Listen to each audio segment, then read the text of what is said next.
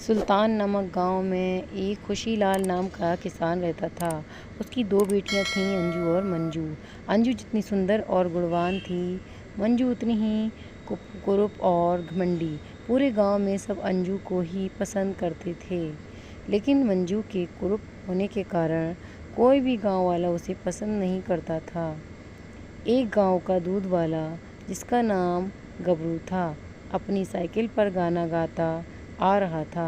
तभी उसकी साइकिल खुशीलाल के घर के बाहर आकर रुक गई और गबरू ज़ोर ज़ोर से चिल्लाने लगा, गबरू कोई है?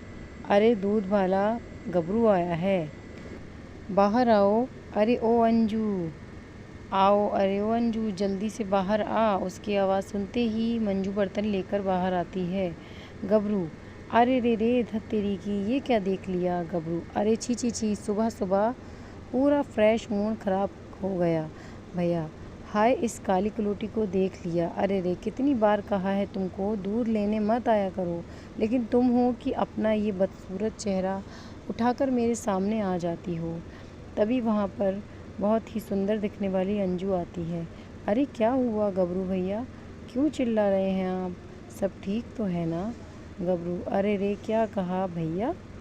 अरे मैं तुम्हारा भैया थोड़ी ही हूँ। लेकिन अंजू जी, आज आप क्यों नहीं आई दूध लेने?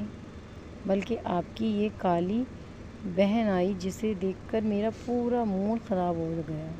हाँ, अगर आपको पहले देखता तो मेरा पूरा दिन बन जाता। आखिर कितनी स्मार्ट जो हैं आप। मंजू, ये सब तेरे ही कारण होता है। तू ही मेरा सबसे बड़ी दुश्मन है। तेरे इतने सुंदर होने की वजह से मुझे ऐसी बातें सुननी पड़ती हैं। और देखो तो ये सही इस कद्दू जैसे गबरू को, खुद तो 2 इंच का है और कैसे मेरे काले रंग के कारण मुझे बदसूरत बोल रहा है। अरे खुद को कभी देखा है आईने में? आया बड़ा मुझे बदसूरत कहने वाला। चल जा यहाँ से। गबरू, अरे रे रे, तो ठीक है, भड़कती क्यों हो भाई? अरे जा रहा हूँ यहाँ से। नहीं नहीं दीदी, ऐसा बिल्कुल भी नहीं है। तुम मेरी प्यारी बहन हो, तुम जैसी भी हो मुझे बहुत प्यारी हो। न जाने तुम क्यों ऐसा सोचती हो। तभी मंजू और अंजू के पिता खुशीलाल वहाँ आते हैं। खुशीलाल, अरे उठ गई मेरी दोनों प्यारी बिटियाँ। क्या बात है मंजू बेटी, आज तो तुम भी जल्दी उठ गई, वरना तो रोज़ तुमसे पहले अंजू उठ जाती है। मंजू, क्या कहना चाहते हैं आप? पिताजी, आज जल्दी उठ गई मतलब यही कहना चाहते हो? आज जल्दी उठ गई मतलब यही कहना चाहते हो कि मैं रोज़ देर से उठती हूँ? और आपकी प्यारी अंजू बिटिया कितनी अच्छी है, जो रोज़ सुबह जल्दी उठ जाया करती है। आखिर अंजू की तो तारीफ़ करते हो, इतनी सुंदर जो है, मैं इतनी कुरूप जो हूँ। जिसके बाद मंजू वहाँ से चली जाती है। खुशीलाल, अरे नहीं नहीं बेटा, तुम ऐसा क्यों समझती हो? मैं तुमसे उतना ही प्यार करता हूँ जितना मैं अंजू से करता हूँ, लेकिन न जाने क्यों तुम ऐसा सोचती हो। अंजू, अरे पिताजी आप चिंता मत कीजिए, मंजू तो बस ऐसे ही बोलती है। दिल की बहुत अच्छी है मेरी बहन, आप चिंता मत कीजिए। देखिएगा एक दिन मंजू दीदी ऐसी बातें करना बंद कर देगी। अच्छा पिताजी, आप गांव के बाज़ार जा रहे हैं तो मेरे लिए लाला की दुकान से गर्मा गर्म समोसे लेते आना, आज बहुत दिल कर रहा है। खुशीलाल, अच्छा ठीक है बिटिया, ले आऊँगा तेरे लिए समोसे। अच्छा, अब मैं चलता हूँ। थोड़ी देर बाद खुशीलाल समोसे और जलेबियाँ लेकर आते हैं और आवाज़ लगाते हैं, खुशीलाल, अरे कहाँ हो मेरी प्यारी बिटियों अंजू और मंजू? अरे ज़रा देखो तो सही, मैं तुम्हारे लिए बाज़ार से समोसे और जलेबियाँ लेकर आया हूँ। भाई अरे देखो देखो, बाहर तो आओ। अंजू, अरे पिताजी आप आ गए? अरे वाह, कितने सारे समोसे और जलेबियाँ लेकर आए हैं। वाह, मुझे तो बहुत ज़ोरों से भूख लग रही है। मंजू, हाँ, ये समोसे और जलेबियाँ भी पिताजी तेरे ही लिए लाए होंगे। अगर तू पिताजी की इतनी सुंदर बेटी है ना, जा तू ही खा ले। अंजू, ये गर्मा गर्म समोसे और जलेबियाँ। खुशीलाल, अरे नहीं मंजू बिटिया, ये समोसे और जलेबियाँ तो मैं तुम दोनों के लिए लाया हूँ। तुम हमेशा ऐसी बातें क्यों करती हो बेटी? तुम भी मुझे उसी तरह प्यारी हो जिस तरह अंजू। फिर क्यों मंजू बिटिया ऐसी बोलती हो तुम? तभी मंजू चुपके से अपने कमरे से बाहर आती है और रसोई में जाकर देखती है कि समोसे और जलेबियाँ रखी हैं कि नहीं। तभी मंजू चुपके से सभी समोसों और जलेबियों में लाल मिर्ची का पाउडर मिला देती है और चुपचाप वहाँ से चली जाती है। जैसे ही अंजू समोसों और जलेबियों खाती है, मिर्च की वजह से वो चिल्लाने लगती है, मंजू, इतनी मिर्ची इन जलेबी और समोसों में कहाँ से आ गई? हाय, मैं मर गई। देखते मिर्च की वजह से बुरा हाल हो जाता है। तभी मंजू आती है, छुपकर देख रही होती है। मंजू, वाह वाह, अब आया ना मज़ा। अरे वाह अंजू, तेरी हालत देखकर तो मज़ा ही आ गया। बेचारी सुंदर मंजू। अगले दिन मंजू, अरे सुनो अंजू, मैं गांव के तालाब से पानी लेने जा रही हूँ। पिताजी आए तो उन्हें बता देना, मेरी बुराई करने मत लग जाना। आई बड़ी पिताजी की लाडली। इसके बाद मंजू वहाँ से मिट्टी का घड़ा लिए चल देती है। मंजू अपने सिर पर मिट्टी का मटका लिए जब जा रही थी तो वहीं उसे रास्ते में गबरू दिखाई देता है। गबरू मंजू के ठीक पीछे होता है, जिसकी वजह से उसे मंजू का चेहरा नहीं दिख पाता। गबरू, अरे कोई चमक छल्लो जा रही है। अरे वाह वाह, अरे चलो चलो इस हसीना के पीछे चलकर इसका खूबसूरत चेहरा देखता हूँ। गबरू, अरे ओ हसीना, कहाँ चली जा रही हो? मुड़ के तो देख इस जवान गबरू को। गबरू मंजू के पीछे चलने लगता है। जैसे ही मंजू पलटकर गबरू को देखती है, गबरू हैरान रह जाता है। मंजू क्या बोल रहा है रे नास मिटे? गबरू दोबारा बोल तो सही, तुझे अभी ठीक करती हूँ। गबरू, अरे रे रे रे रे, छी छी, तू है बदसूरत, हट हट, मुझे लगा था कोई हसीना यहाँ से जा रही है, लेकिन निकली तू। छी छी, ये किसे क्या बोल दिया मैंने, हाय। ऐसे बोलता हुआ गबरू वहाँ से चला जाता है। लेकिन गबरू की इस बात से मंजू बहुत दुखी होती है। वो आगे चलती है। वो गांव के तालाब के किनारे पहुंचती है, जहां पहले से ही गांव की कुछ औरतें तालाब पर पानी भरने आई थीं। वो सब मंजू को देखते ही अजीब सी शक्ल बना लेती हैं। पहली औरत, अरे जीजी, ये सुबह सुबह किस काली कलूटी का चेहरा देख लिया। हाय, अब तो पूरा दिन ही खराब हो जाएगा। हाँ।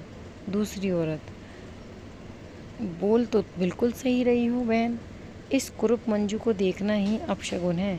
छी छी, आप देखना, इसके इन हाथों से पूरा तालाब भी अशुद्ध हो जाएगा।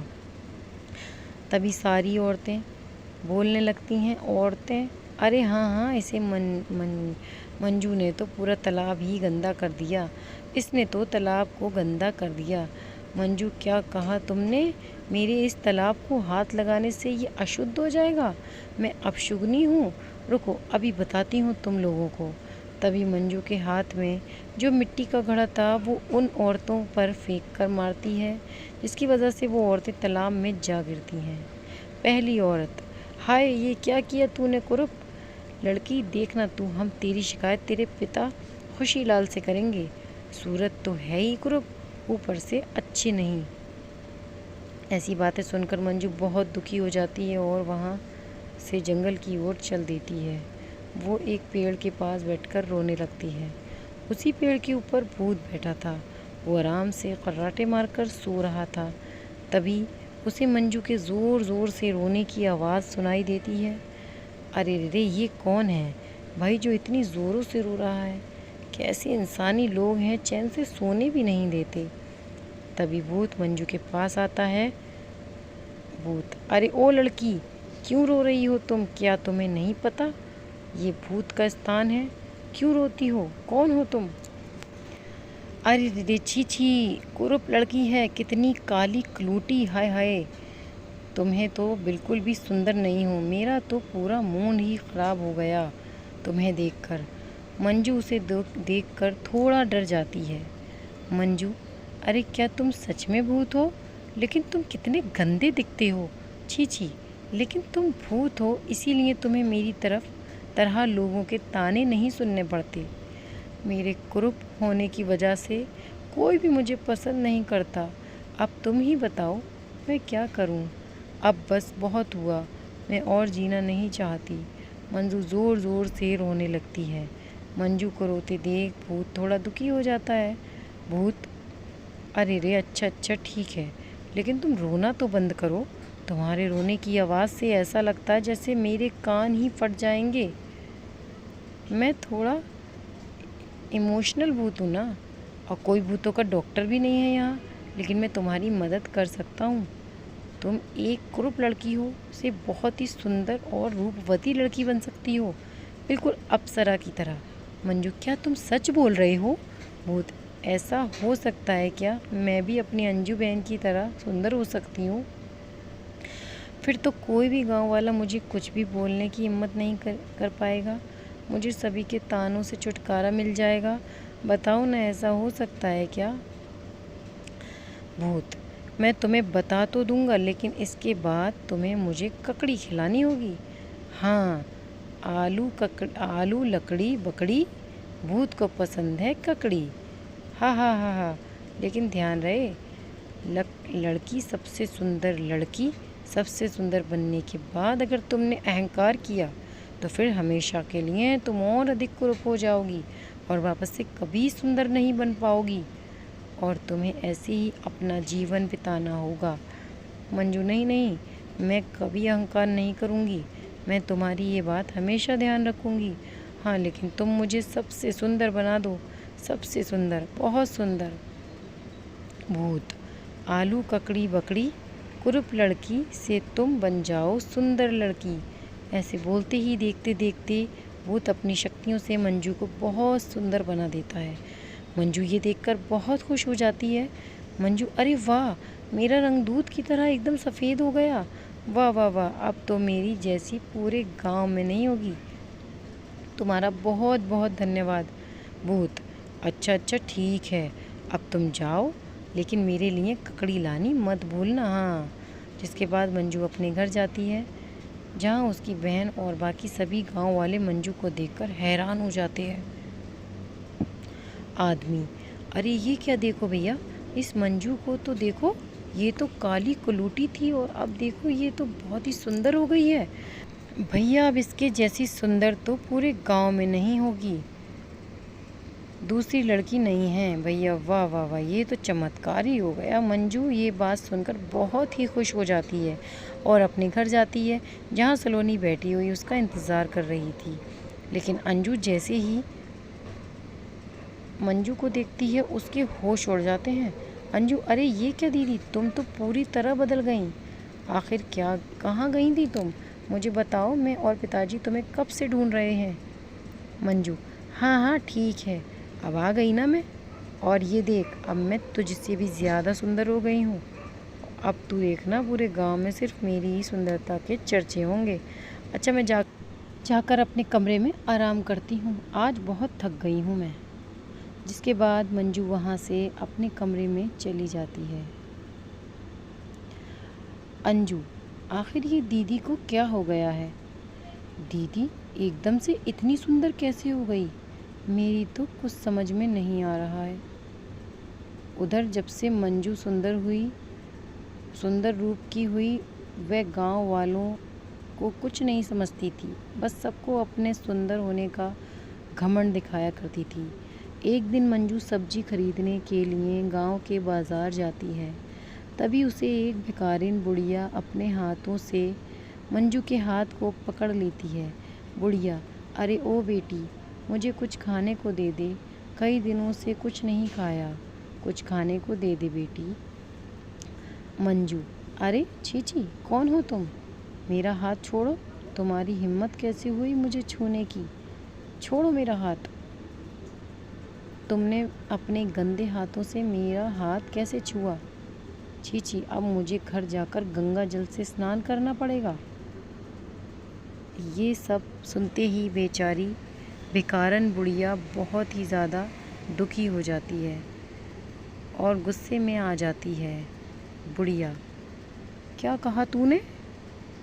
गंदे हाथ, बहुत घमंड है ना तुझे अपने रूप पर। तू जा, मैं तुझे श्राप देती हूँ। आज के बाद तेरा ये रूप चला जाएगा और तू फिर से कुरूप हो जाएगी। अरे जा भिखारिन, तेरी जैसी मामूली बुढ़िया मुझे क्या श्राप देगी। चल जा यहाँ से। मैं गांव में सबसे सुंदर हूँ और हमेशा मैं ही सुंदर रहूँगी, मुझसे सुंदर और कोई नहीं। मंजू अपने घर जाती है और जाकर सो जाती है। लेकिन जैसे ही सुबह उठती है, अंजू उसे देखकर हैरान हो जाती है। अंजू, अरे ये क्या हुआ दीदी, आपके चेहरे को ये कैसा हुआ। मंजू, अरे तू जलती है मुझसे, इसीलिए ऐसा बोल रही है। हाँ, मेरा सुंदर चेहरा अच्छा नहीं लगता ना तुझे, आई बड़ी। तभी मंजू शीशे में अपना चेहरा देखती है। उसका पूरा चेहरा बेहद ही कुरूप हो जाता है और चेहरे पर एक बड़ी सी नाक उग तभी मंजू ज़ोर ज़ोर से चिल्लाने लगती है, हाय हाय, ये क्या हुआ, ये क्या हो गया।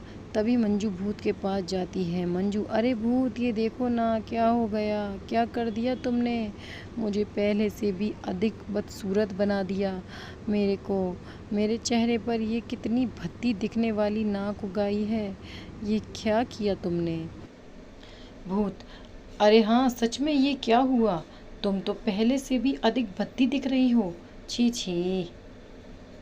और ये क्या, तुम आज इतने दिनों बाद भी खाली हाथ आई हो। कहाँ है ककड़ी, यहाँ ना जाने कितने दिन से मैं रोज़ तुम्हारी राह देखता हूँ कि तुम कब मेरी फेवरेट ककड़ी लेकर आओगी और कब मैं ललवा कर खाऊंगा, ककड़ी खाऊंगा। मंजू, मैं तुम्हारे लिए बहुत सारी ककड़ी लाऊंगी, बस मुझे एक बार और सुंदर बना दो। भूत, स्वार्थी लड़की, तुम बहुत स्वार्थी हो, अब तुम्हारे ही कारण हुआ है सब कुछ, तुम्हारी ये दशा जो भी है तुमने ही की है। सुंदर होने के बाद तुम बहुत अहंकारी हो गई थी। देखो, मैं एक बार अपने जादू से तुम्हारी मदद कर सकता था, क्योंकि लोग तुम्हें बहुत ताने मारते थे, लेकिन तुम हो कि सुधरने का नाम ही नहीं ले रही। अरे, अपने आप को सच में एंजेलिना जोली समझने लगी थी, अब भुगतो। मैं तो चला ककड़ी ढूंढने। कहानी पसंद आई हो तो चैनल को सब्सक्राइब ज़रूर कीजिएगा।